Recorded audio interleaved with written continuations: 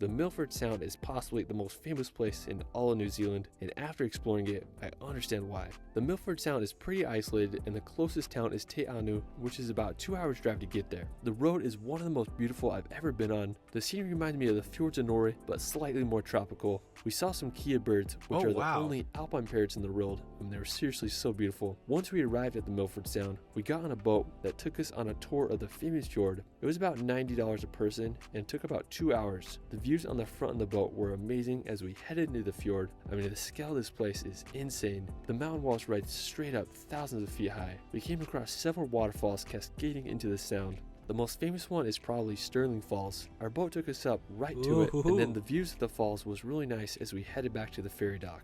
Now after the boat tour, actually huge. Look at that. You don't really realize how big this waterfall is. I mean, look at the boat or the ferry down here compared to the waterfall. That's crazy.